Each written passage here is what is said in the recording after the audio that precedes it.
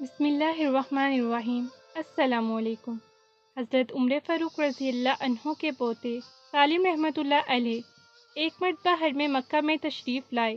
مطاف میں آپ کی ملاقات وقت کے بادشاہ ہشام بن عبد الملک سے ہوئی۔ ہشام نے اسلام کے بعد عرض کیا کہ حضرت کوئی ضرورت ہو تو حکم فرمائیے تاکہ میں آپ کی کوئی خدمت کر سکوں۔ آپ نے فرمایا، ہشام، مجھے بیت اللہ شریف کے سامنے کھڑے ہو کر غیر اللہ سے حاجت بیان کرتے ہوئے شرم آتی ہے۔ ادب الہی کا تقاضا ہے کہ یہاں فقط اسی کے سامنے ہاتھ پھیلایا جائے۔ ہشام لاجواب ہو کر خاموش ہو گیا۔ قدرتاً جب آپ حرم شریف سے باہر نکلے تو ہشام بھی عین اسی وقت باہر نکلا۔ آپ کو دیکھ کر قریب آیا اور کہنے لگا کہ حضرت اب فرمائیے میں آپ کی کیا خدمت کر سکتا ہوں؟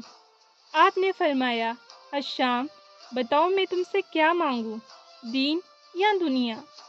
ہشام جانتا تھا کہ دین کے میدان میں تو آپ کا شمار وقت کے بزرگ ترین ہستیوں میں ہوتا ہے، لہٰذا کہنے لگا، حضرت آپ مجھ سے دنیا مانگی۔ آپ نے فوراً جواب دیا کہ دنیا تو میں نے کبھی خالق و مالک سے بھی نہیں مانگی، بھلا تم سے کہاں مانگوں گا؟ یہ سنتے ہی ہشام کا چہرہ لٹک گیا۔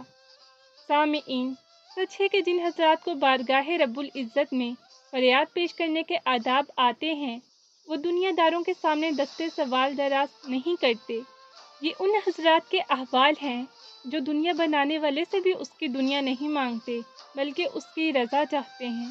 آپ اور اگر میں اپنے احوال کی جانب دیکھیں تو آج حرم مکی اور حرم مدنی میں ہم میں سے کتنے لوگ ہیں جو موبائل فون لے کے جاتے ہیں اور وہاں طرح طرح سے تصاویر بنا رہے ہوتے ہیں۔